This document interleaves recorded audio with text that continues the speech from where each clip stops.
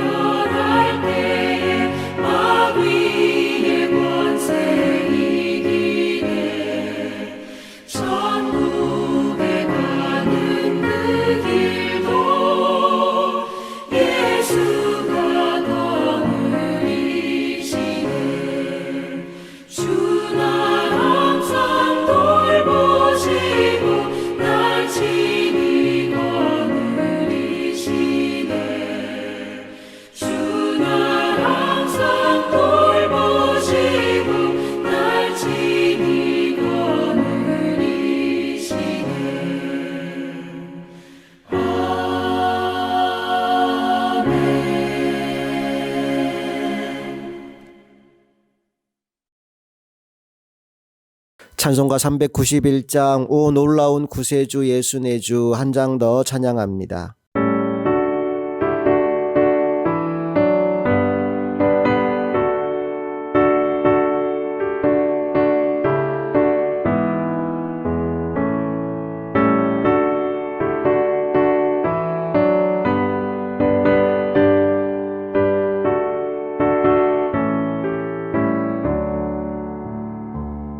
놀라운 구세주 예수 내 주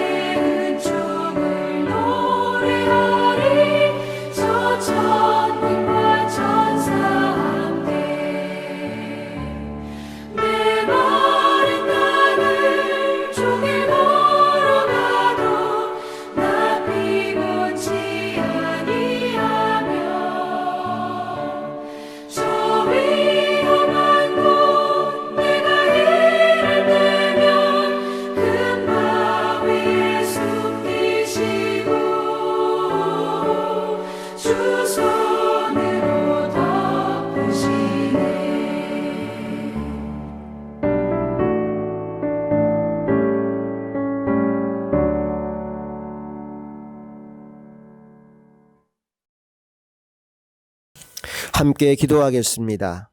좋으신 하나님을 찬양합니다. 주일을 보내고 지난 3일 동안도 우리를 은혜 가운데 붙들어 주신 하나님, 오늘도 우리들로 하여금 예배의 자리를 잊지 않게 하시니 감사드립니다.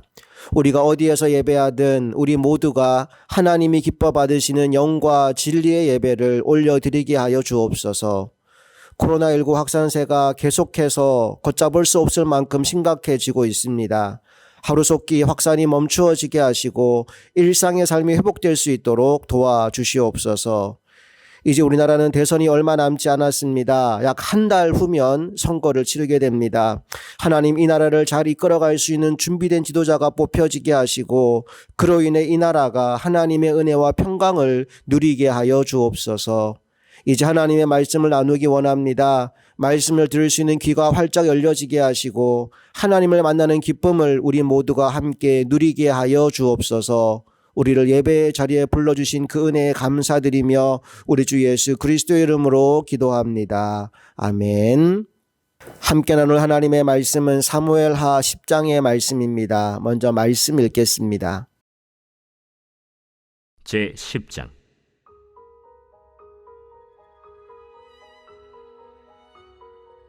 그 후에 암몬 자손의 왕이 죽고 그의 아들 한운이 대신하여 왕이 되니 다윗이 이르되 내가 나하스의 아들 한운에게 은총을 베풀되 그의 아버지가 내게 은총을 베푼 것 같이 하리라 하고 다윗이 그의 신하들을 보내 그의 아버지를 조상하라 하니라.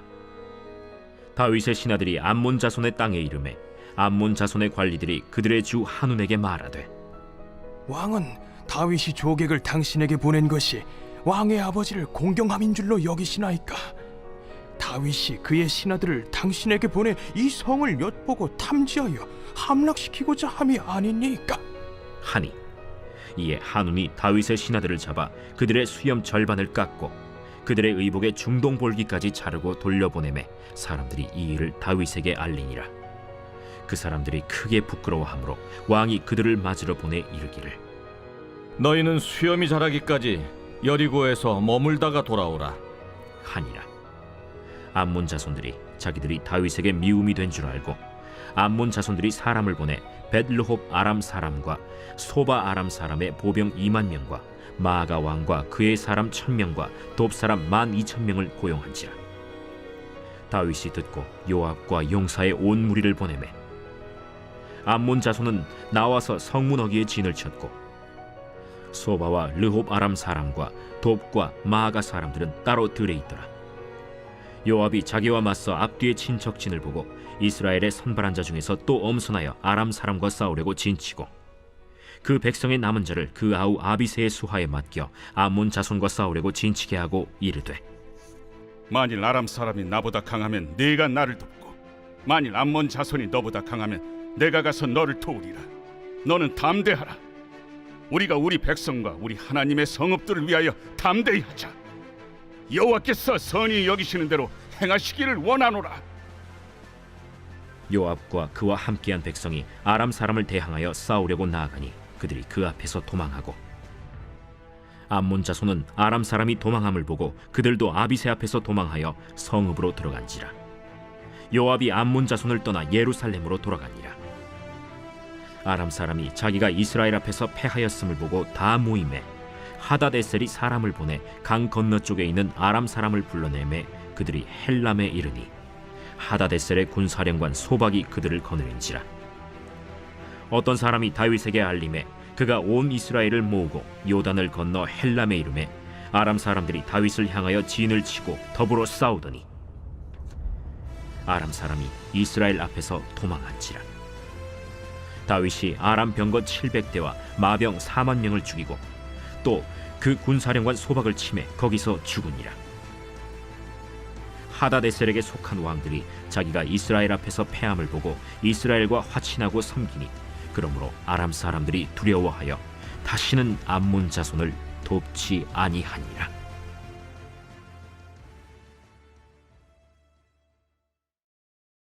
오늘은 은혜를 거절한 한운이라는 제목으로 하나님 말씀을 나누겠습니다. 왕권이 안정된 이후에 다윗이 가장 먼저 한 일이 무엇이냐 하면 은총을 베푸는 것이었습니다. 하나님께 받은 은혜를 흘려보내는 것이었지요. 우리 앞장이었던 사무엘하 9장에서는 다윗이 사울의 남은 가족들에게 은총을 베풀려고 합니다. 그래서 찾아보았더니 장애를 가지고 있는 다리를 저는 요나단의 아들 하나가 있었어요. 그 사람 이름 기억나십니까? 예, 무비보셋이라는 아들입니다. 다윗은 그를 왕궁으로 불러서 두 가지 약속을 합니다. 하나는 사울 왕에게 속해 있던 모든 밭을 무비보셋에게 주겠다는 거였어요. 또 하나는 그로 하여금 왕자의 하나와 같이 날마다 왕의 식탁에서 먹을 수 있도록 배려해 주겠다는 것입니다. 다윗은 그것을 말만 한 것이 아니라 신속히 그 약속을 이행하는 모습을 9장에서 보여줍니다. 이제 오늘 본문 사무엘하 10장 말씀을 보면 다윗이 또 다른 은총을 베푸는데 이번에는 이웃 나라인 암몬의 왕에게 은총을 보내고 있습니다. 1절 2절 말씀을 함께 읽어봅니다. 그 후에 암몬 자손의 왕이 죽고 그의 아들 한운이 대신하여 왕이 되니 다윗이 이르되 내가 나하스의 아들 한운에게 은총을 베풀되 그의 아버지가 내게 은총을 베푼 것 같이 하리라 하고 다윗이 그의 신하들을 보내 그의 아버지를 조상하라 하니라. 다윗의 신하들이 암몬 자손의 땅에 이르매. 암몬의 왕이었던 나하스는 다윗과 아주 좋은 관계, 우호적인 관계를 맺고 있었습니다. 그러다 보니 이방의 여러 나라를 치는 중에도 다윗은 암몬과는 싸움을 하지 않았습니다. 지도를 한번 보실까요? 예루살렘과 암몬의 위치를 한번 보십시오. 아주 가까운 곳에 있지요. 그럼에도 불구하고 암몬은 정복하지 않았던 겁니다. 그러던 어느 날에 나하스가 죽었다는 소식이 다윗에게 들려옵니다. 그 소식을 듣자마자 다윗의 마음속에 나하스의 남은 가족에게 은총을 베풀어야겠다라는 생각이 들었던 거지요. 그래서 조문객을 꾸려서 암몬이라는 나라로 보냈는데 나하스의 아들인 한운이 그 은총을 거절합니다. 3절부터 5절까지를 또 읽어봅니다. 암몬 자손의 관리들이 그들의 주 한운에게 말하되 왕은 다윗이 조객을 당신에게 보낸 것이 왕의 아버지를 공경함인 줄로 여기시나이까?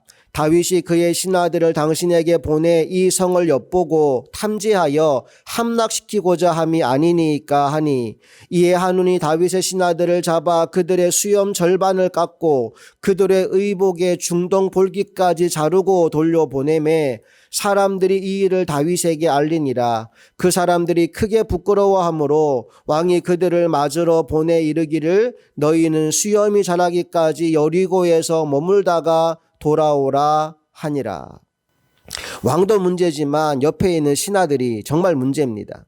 왕 옆에서 제대로 된 조언을 해 주어야 하는데 말도 안 되는 조언을 해준 것이지요. 다윗이 지금까지 암몬을 치지 않은 이유가 뭐였지요? 나하스와의 관계 때문이었습니다. 게다가 지금도 은총을 베풀고자 조문객을 보낸 것인데 그들을 첩자 취급하고 엄청난 창피를 주고 있습니다. 수염을 절반이나 깎고요. 옷은 엉덩이가 반이나 보일 정도로 잘라서 돌려보낸 겁니다. 다윗이 이 소식을 접하고 기가 막혀하며 일단은 그들로 하여금 수염이 자랄 때까지 블레셋에 머물다가 돌아오라고 배려를 해줍니다. 한편 이 다윗의 심기를 건드린 것이 불편하고 불안해진 암몬 사람들은 또 다른 조치를 취하게 되는데요. 6절을 한번 볼까요? 읽어봅니다.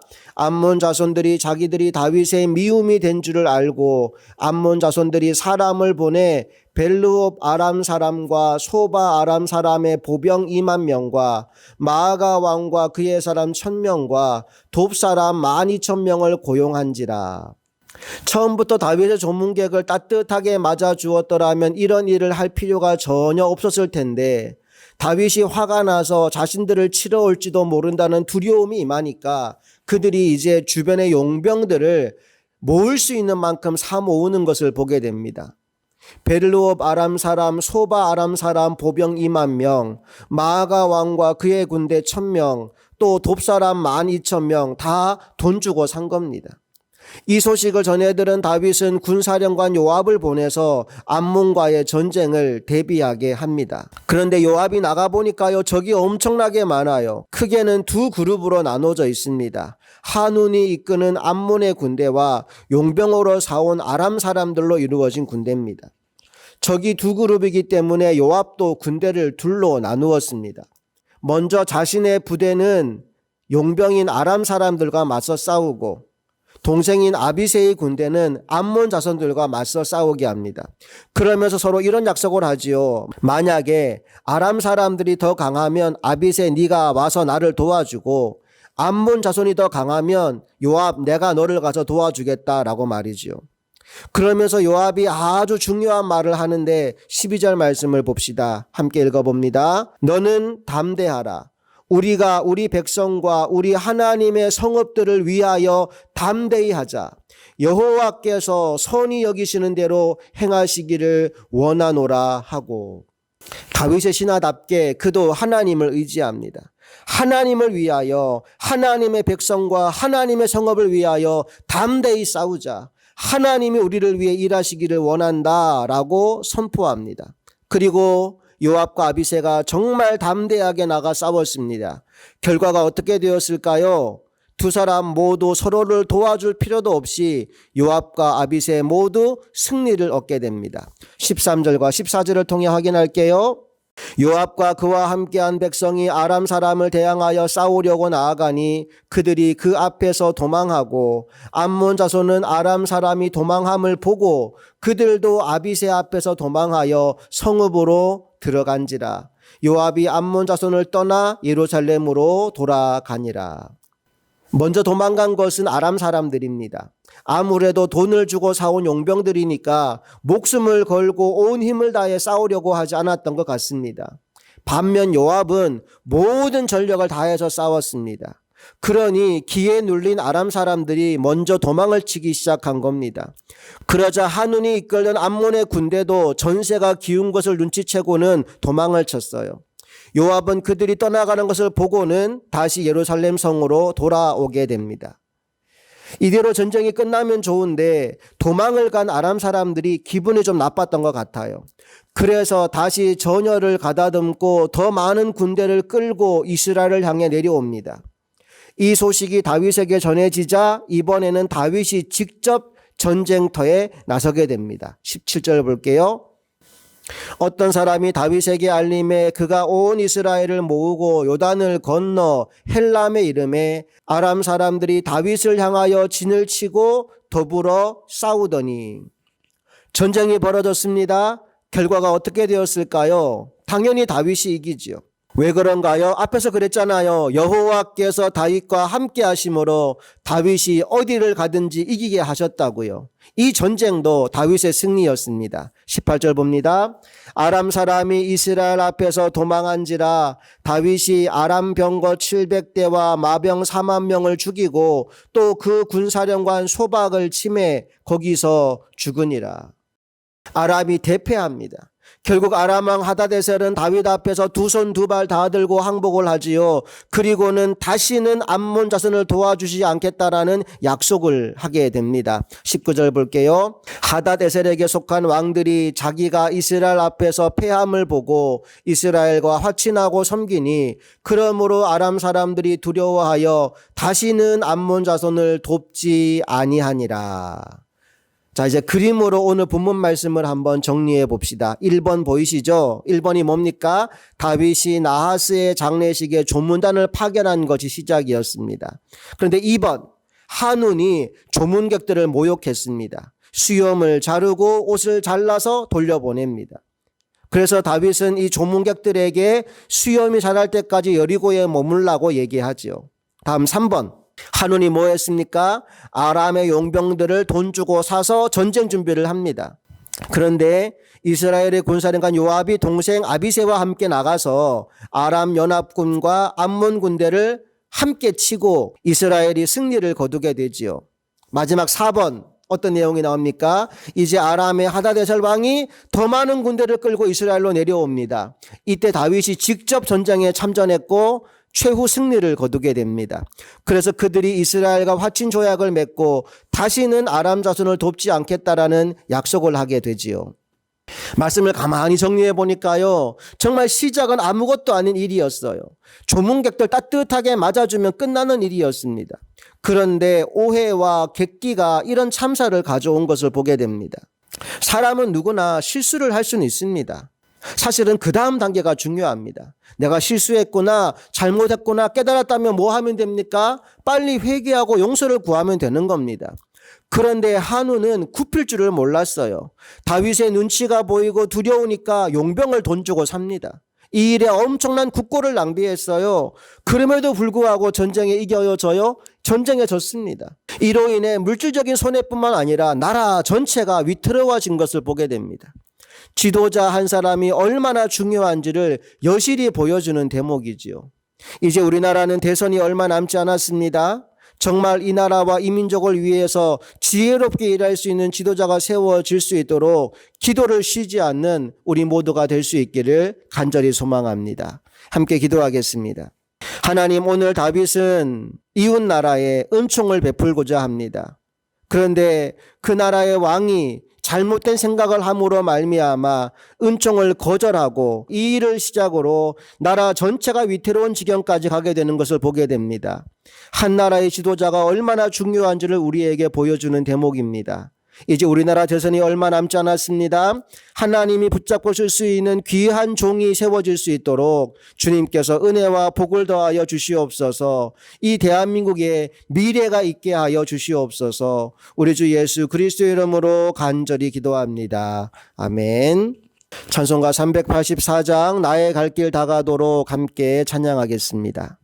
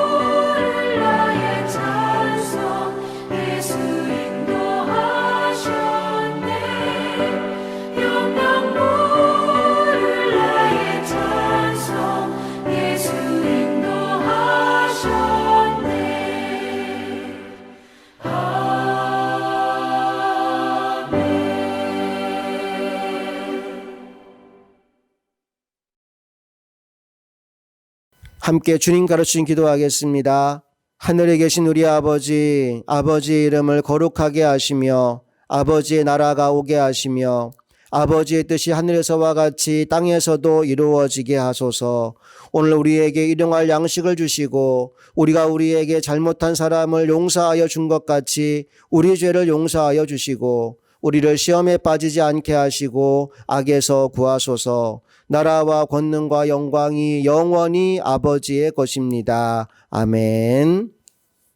예배 모두 마쳤습니다. 남은 시간 주신 말씀 붙잡고 하나님 앞에 기도하며 나아가시기를 소망합니다. 여러분 모두를 사랑하고 축복합니다.